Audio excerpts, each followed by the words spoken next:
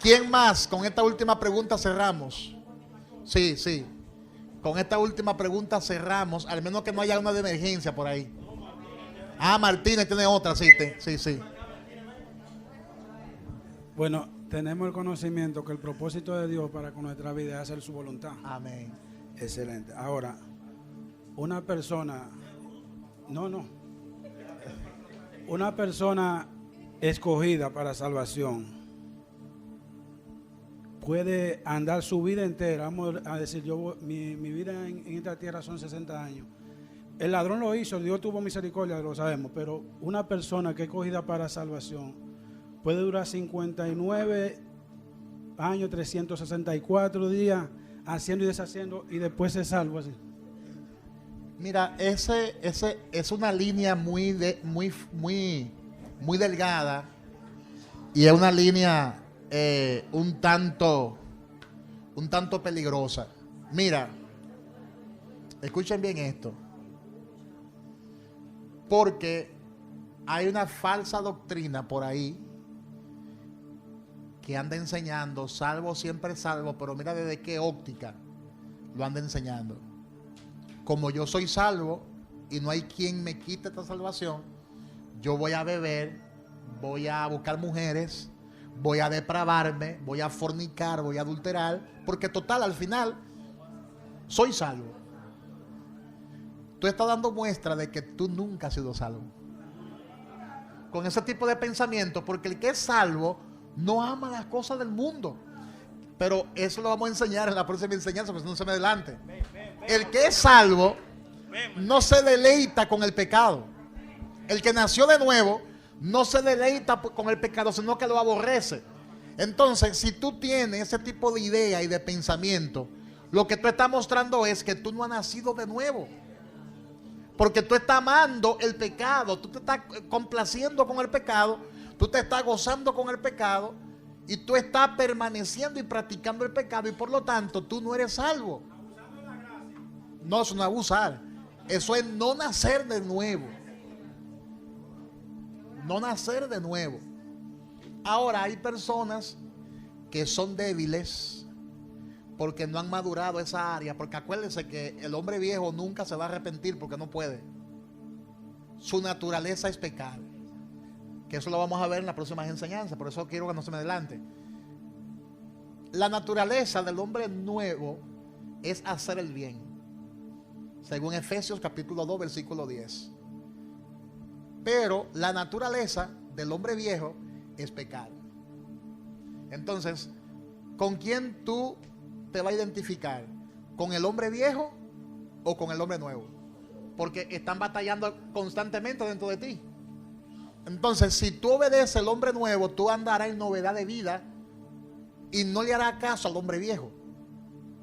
Pero si tú haces lo contrario y le haces caso al hombre viejo y no al nuevo, y permaneces haciéndole caso al hombre viejo, al hombre viejo, al hombre viejo, entonces eso es un problema, porque eso da a entender que tú no has querido valorar lo que ya Dios ha hecho en tu vida. Entonces es un asunto de sentarte y hacerte madurar, hacerte crecer, hacerte obedecer la palabra para que no te deslice y finalmente tú tengas problemas, porque tú vas a tener problemas. Acuérdese de un muchacho que ya era salvo porque estaba en la iglesia.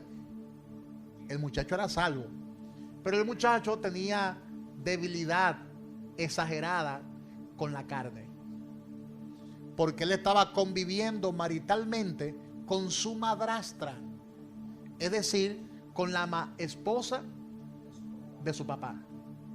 Era su madrastra. O sea, el papá tenía una mujer que no era su madre. Él estaba ya entregado a Cristo, estaba convertido a Cristo. Pablo era su mentor, era el que alimentaba espiritualmente esa iglesia, y él estaba fornicando con esa mujer. Y era un pecado que era muy horrendo, porque produjo cuando el pecado se supo, produjo un escándalo en la iglesia. Y la información le llegó al apóstol Pablo. Pero como ya estaba preservado para la salvación, ¿qué hizo Pablo? Se lo entregó al diablo. Pero mira de qué manera.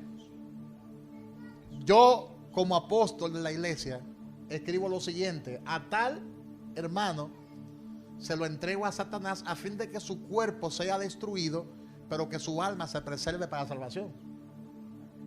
¿Te das cuenta? Hay casos que son excepcionales. Por eso, con nuestra mente limitada, no podemos limitar las cosas de Dios, porque como la salvación depende de Él, Él tiene misericordia de quien Él quiera y se compadece de quien Él quiera. Yo creo eso. Él endurece a quien Él quiera y ablanda a quien Él quiera. Entonces, si fuéramos nosotros, a ese muchacho lo hubiésemos mandado al infierno. Si fuéramos nosotros, ¿sí o no? Porque él se merecía el infierno. Pero también todos nosotros nos merecemos el infierno. Porque la Escritura todo lo encerró bajo pecado. Todo lo encerró bajo pecado. Y eso no significa que no exista un pecado más grande que otro. Sí, es una fábula también que se ha enseñado. No, que todos los pecados son iguales ante los ojos de Dios. No. Y se lo muestro con la Biblia. No todos los pecados son iguales. La Biblia dice: 6 cosas aborrece Jehová y una abomina su alma. Es decir, si de 7 pecados hay 6 que él aborrece, pero uno abomina, es porque hay niveles de desobediencia. ¿Te das cuenta? No es lo mismo una mentira que una violación a una niña menor. No es lo mismo, el pecado no es igual. Claro, ambos son pecados, pero las consecuencias y los daños no son los mismos. Si el hombre es capaz de establecer justicia y justa justicia, metiéndole a un agresor 5 años y a otro 30, ¿tú crees que Dios es injusto? O sea, no crea que todos los pecados son iguales. Eso es una mala enseñanza que nos han dado. Como pastor te voy a dar otra base bíblica. La palabra dice: si los pecados de Sidón fueran como los de Sodoma y Gomorra, yo hubiese tenido de ustedes misericordia. Pero esos pecados de Sidón eran peores que los de Sodoma y los de Gomorra. O sea, Dios establece diferencia de pecados, señores. Yo no sé de dónde salió eso de que todos los pecados son iguales ante los ojos de Dios. No. Entonces ese pecado que ese joven estaba cometiendo no era un pecadito cualquiera.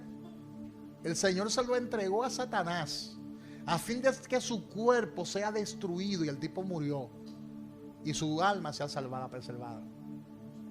Hay pecados que llegan a la misma presencia de Dios rápidamente. Entonces es importante que todos esos temas que causan muchas preguntas, nosotros lo analicemos, lo estudiemos, lo clarifiquemos, porque así uno crece espiritualmente.